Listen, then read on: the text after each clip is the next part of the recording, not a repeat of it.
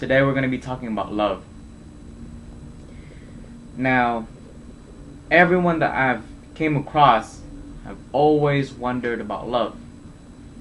How do you define it?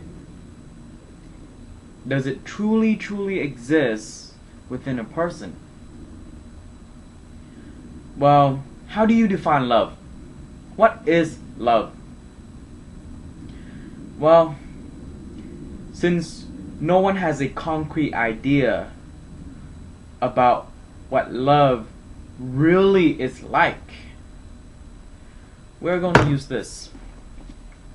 Okay, and it's going to be on 1 Corinthians 13, verse 4, I believe. Now in here it says, love is patient. Love is kind. It does not envy. It does not boast. It is not proud. It is not easily angered. It keeps no record of wrongs. Love does not delight in evil, but rejoices with the truth. It always protects, always trusts, always hopes, always preserves. Now what does that mean? Well, I'm going to try to break that down.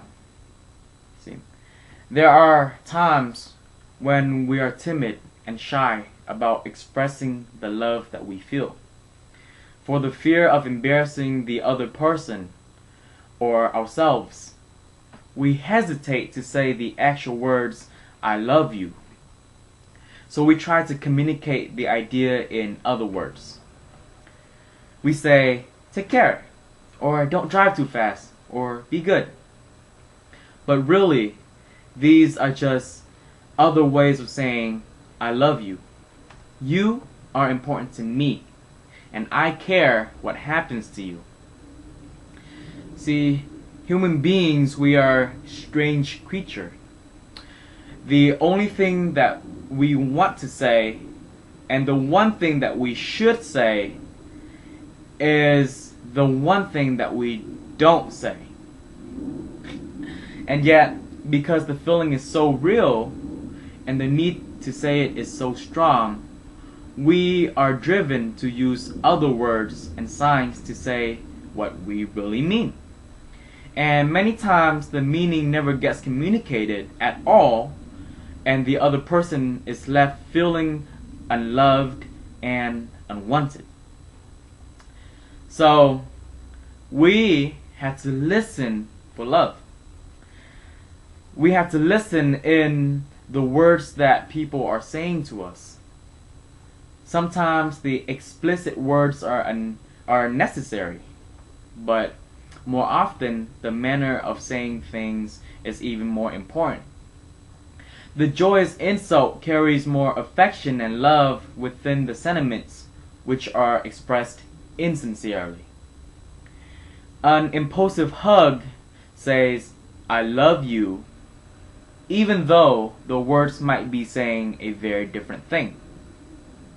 Now, any expression of a person's concern for another says, I love you.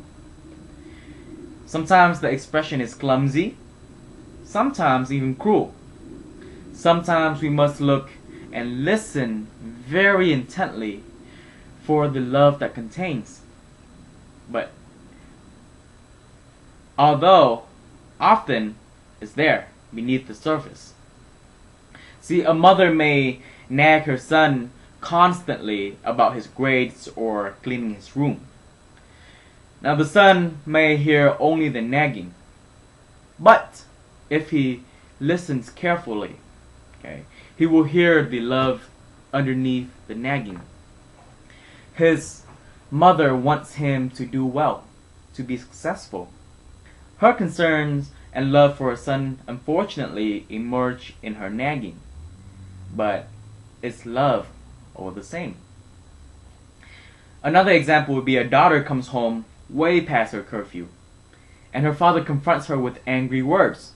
She gets in trouble. The daughter may only hear the anger, but if she listens carefully, she will hear the love under her father's anger. He wants to say, I was worried about you. He wants to say, because I care about you and I love you, you are important to me. That is why I worry. See, we say, I love you in so many different ways. In birthday gifts and little notes and smiles and sometimes even with tears. Now, sometimes we show our love by just keeping quiet and not saying a word. Not a word. At times, by speaking out, though, even bluntly. We show our love sometimes by impulsiveness. Many times we have to show our love by forgiving someone who has not listened to the love we have tried to express. The problem in listening for love is that we don't always understand the language of love which the person is using. A girl may use tears or emotions to say what she wants to say, and her boyfriend may not even understand her because he expects her to be talking in his language. Thus, we have to force ourselves to really listen for love. Now, how do we do that? First, we eliminate our own voice. That is how you listen to love. You eliminate what you were trying to say and just listen. And then consider. See, the problem with our world is that people rarely listen to each other. They hear the words, but they don't listen to the actions that accompany the words or the expression on the face. Or people listen only for rejection or misunderstanding. They do not see the love that is there beneath the surface, even if the words are angry. We have to listen for love in those around us, because it's always there. It's always there. Love and hate is the two things that's always there. So if we listen intently, we will discover that we are a lot more loved than we realize.